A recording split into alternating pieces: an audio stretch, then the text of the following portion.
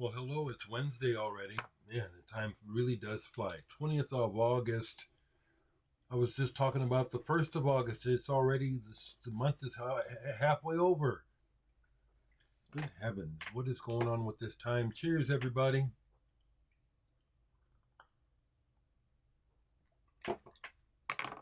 Different t-shirt because I don't like big clothes. That t-shirt I had on yesterday was a gift, obviously. And I don't like when baggy clothes became the style. I wasn't happy. I still remember when tight clothes became the all the thing in the 70s. I was still just a kid and oblivious to what was going on in adult minds. I just thought that tight clothes and hip huggers, shit like that, was the best. I thought it looked so good. So here's the other t-shirt that Kelly, rest in peace, designed and silkscreened for me. Exploration, once again. His design, his idea. I didn't ask for it. I went ahead and made a digital release of music to use the graphic. No, there aren't any more of these. I might have one Sound Waves extra large, but if you have one of these, you have a collector's item. This shirt means a lot to me. Kelly's been on my mind a little bit lately. Omaha has this annual thing called the Punk Rock Barbecue that RAF has played at, and Jimmy Scappa, Dan Stewart's other band. Well, he's a couple bands, but they're playing. So I'm planning on making an appearance.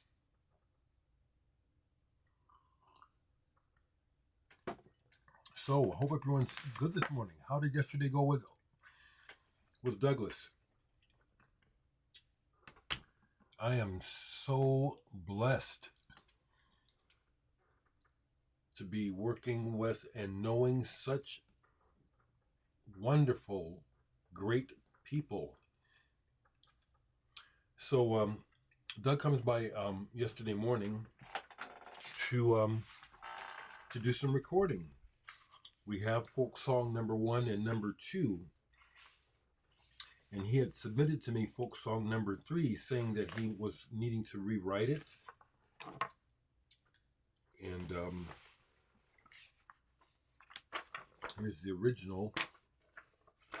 And then he came over on yesterday and shared that he had stayed up, had awakened at 3 in the morning that night and rewrote it. Holy shit.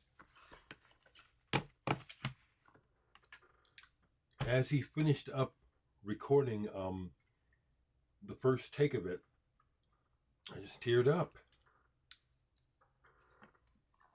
This man can write, and it's powerful, and it's right on point, and it's about the madness in the world today. I'm very likely going to turn on the air conditioner while we're going because we're not getting the reprieve from the heat I thought we're getting.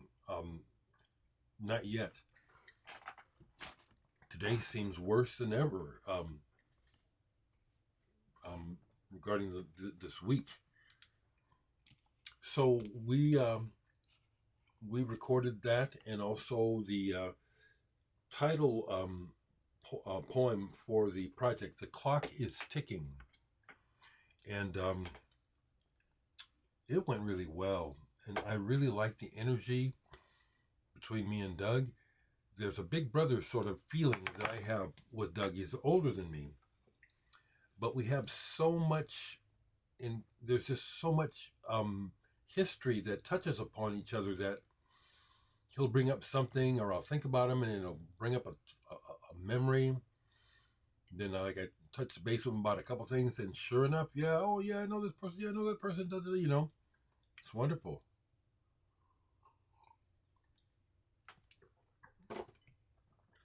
I have a few records to show, nothing new. I haven't bought any records because of the reality of the economy. But I had no plans to work on music for folk song number 3 yesterday. I felt real good about the recording setup. It worked out. The um, I'm having to work with the EQ quite a bit to try to match, you know, the quality of the mic that we used over at Aaron's. I haven't matched it, but I have it. I have it sounding pretty good. But the other thing is, like I said, I wasn't planning on doing any music for it yesterday. But I opened up the studio and played what he had done, and then the idea just started. It just started.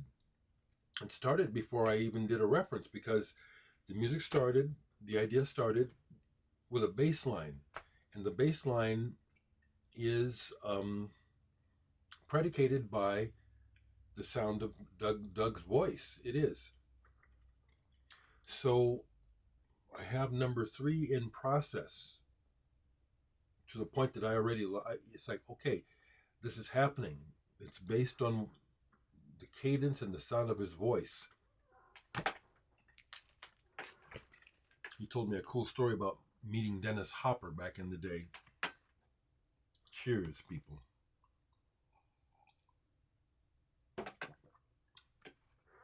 I'll check on the comments. It seems like yesterday was a light day on comments, not a whole lot.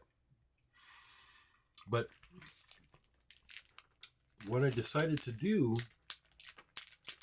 listening-wise yesterday, was to check on the references that we've both spoken about with regards to our project. The idea that it's word jazz, it's not lyrics, it's poetry. People like Ken Nordine.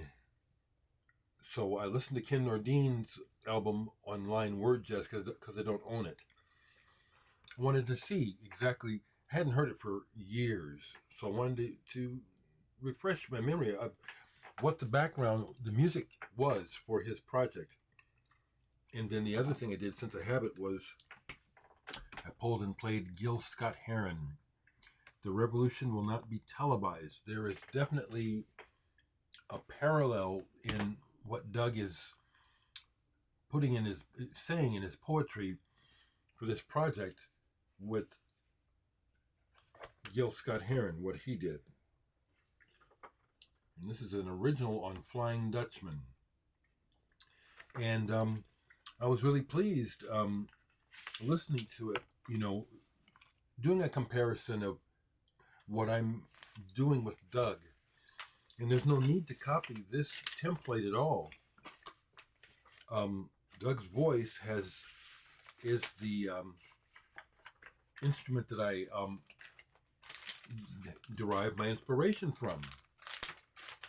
But I'll tell you what, Gil Scott, this was so timely. I also like the way Doug talked about this, because he was saying, the revolution will not be televised. Talking about it because it ain't going to be on television. He was saying that we're talking about a revolution of the mind, which I'd always gotten, but also as a black person, I realized that, if and when it ever happens, it's going to be live. It's going to be all the way live. Unfortunately, I don't think it's going to happen. We're out in the streets now, black, white, brown, yellow, red, outraged at the destruction of the country through Trump and his administration, and they're just ignoring us. Hundreds of thousands, millions of people even, and we're just being ignored. It's sad. But it was cool. I played more of this album, and I still relate to his anger. And his anger towards white domination of culture that is spoken of in this album, totally justified and right on point, and it's at this point in time, for me and other black people, there was a glimmer of hope that things would change. And since then, things have just gotten worse. And he had great players on this album: Ron Carter, Bernard Purdy, Hubert Laws, David Spinoza, Jerry Jamot. Great album. was a great man. Someone said something in the comments. I'm going to go to it right quick. Something about getting your flowers. I liked the way he put it, but I need to read it again. I'll share it. He's suggesting I watch something I haven't watched it yet. And a lot of times, honestly, when people suggest I watch things, I don't necessarily. But I think, this is well-meaning, and I probably will check out what he's talking about. Let me just get it going. Yeah, my computer is all bogged down. He says, I enjoy listening to you as a foundational Black American, and you truly deserve your flowers. However much he really means that, I like that. I appreciate that, and I love the reference, getting your flowers. That feels like respect. Thank you, sir.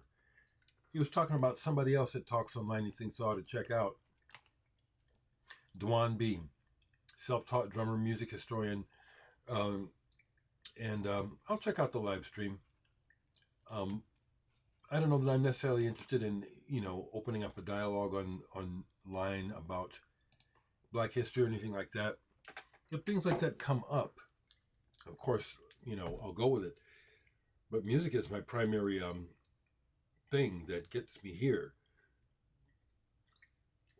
But I appreciate that comment, and I am a foundational black person. That was also part of what we talked about yesterday as we try to plot what we do to promote the CD when we get it done.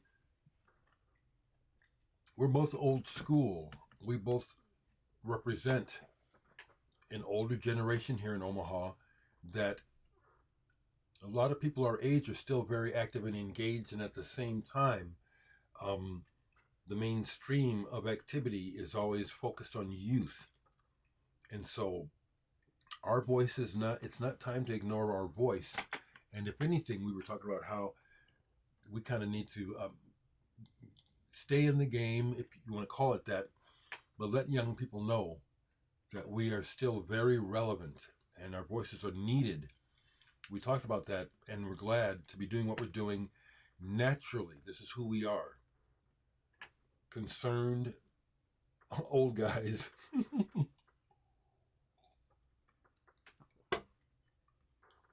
I'm actually starting to sweat, but I'm going to wait and try to finish the video before turning on the air conditioner.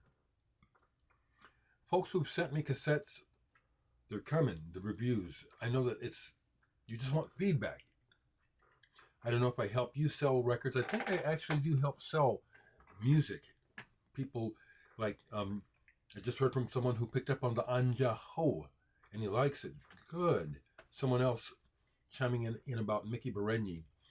I just love this music. I just love music. So interestingly, yesterday, I like to say that word, after working on that, somehow, how did it end up going in this direction? I'm not sure, but I think it has to do with something that I just finished watching on video. The Metal Sam is his name, and he did a series about the history of metal. Very good job. And I watched his episode about extreme metal, which was not aired like the others, but it's online. I really like metal music. I like music, but I like heavy music. I do. Just a lot of it is. When I've complained in the past, I'm gonna do.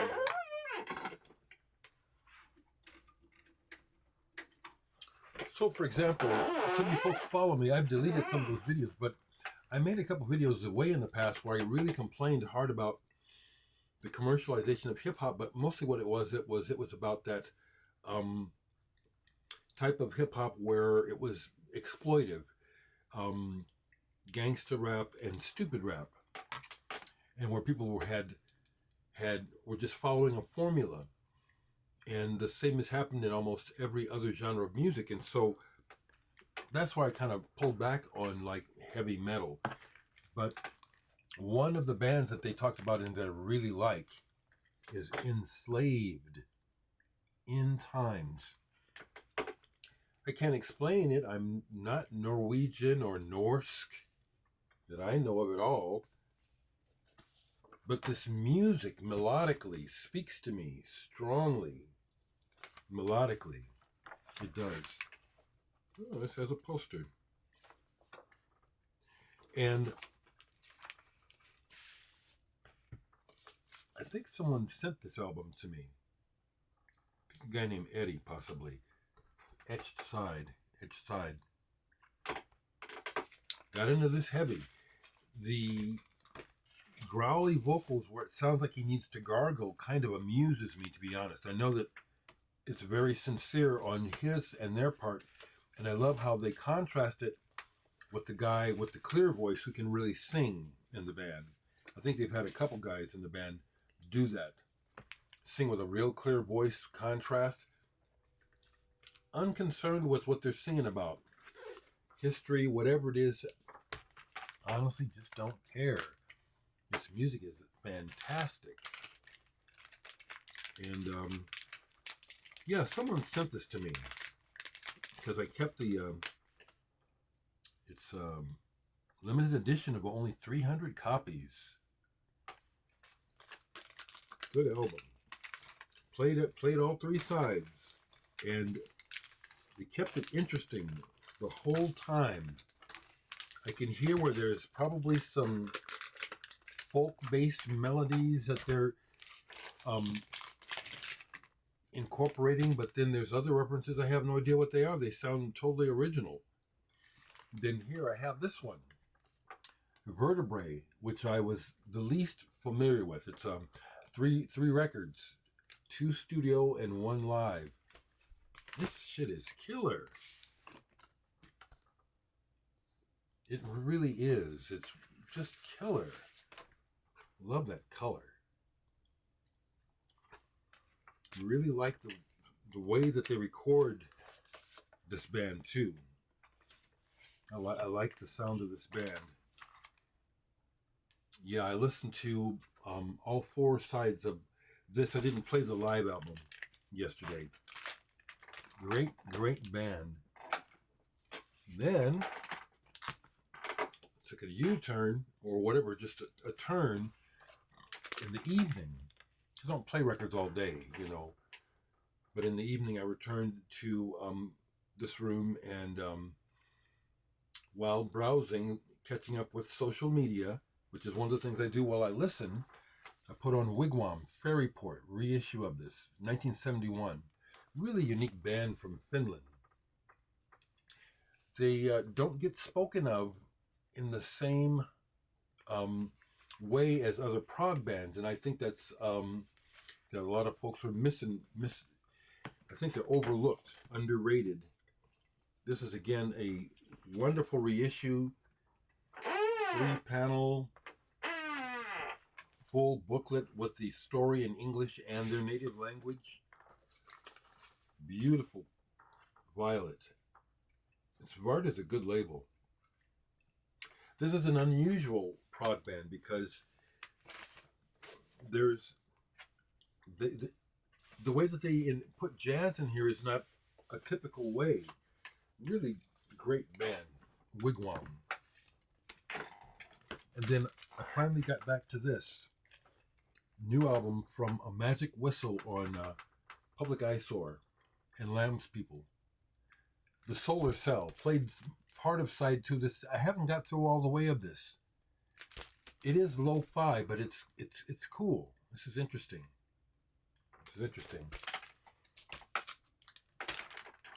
I told you about those records I played yesterday, or rather those records I showed yesterday. I love this. I did listen to this. Mark Fry. Kind of lo-fi. It's cool. Someone called this krautrock. I see what they mean. I don't use that term. I don't associate it with that, but I see what they mean. It's got that 70s, slightly Pink Floydish organy sort of slow. I enjoyed it though. And this one is a collector's item. It's like, as I listen to this, it's like, this is like similar to the Grateful Dead sort of feel, which I'm really not much into, but it's a keeper. But the other thing that got played, and I listened to almost all of this, and it was like, well, this was a trip down memory lane. The original Nirvana, their second album, All of Us. And this is an original. I think the lead singer was from Greece, Alex Spyropoulos, and Patrick Campbell Lyons, his partner. I believe I have this right, an infamous A&R person back in the 60s and 70s. I think he was involved in the careers of several well-known artists. I can't think of anyone. But this is pop, not really psychedelic at all, but really good, really tuneful. Rainbow Chaser was a single off of this, but several songs from this album are good. Quite good. This is an original too, a U.S. original. That's what I got. That's what I got. It's a beautiful morning, although it is really humid. Jeez, that's the only thing.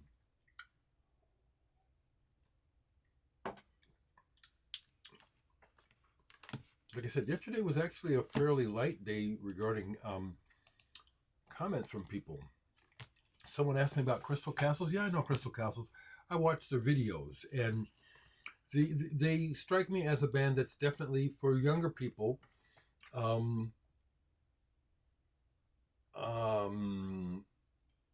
was trying to think to who I can compare them to, who I like better, but the name isn't coming. I do check that stuff out. Crystal Castles isn't for me. It's for somebody younger, and that's what I said. They're for a younger ear. So someone's sharing their life and having some bad news.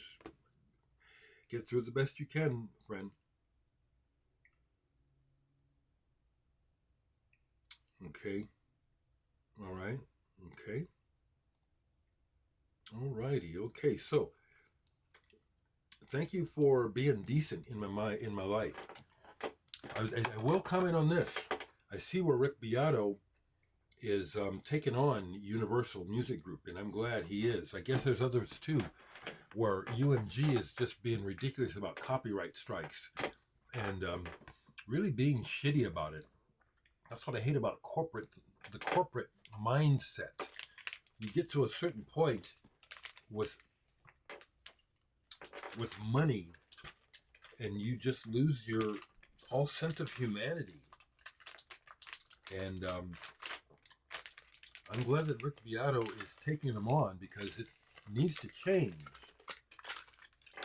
They're dogging people who are actually helping them sell records with these copyright strikes. It's ridiculous. Ain't nobody making money. We're trying to share the music, which is the most important thing. So more power to Rick Beato. Okay, people, that's what I got today. As always, sending love to you all, my family. Today's Blake's birthday, so I hope he has a good birthday. Talk to me. Let me know how you're doing, okay? Take care.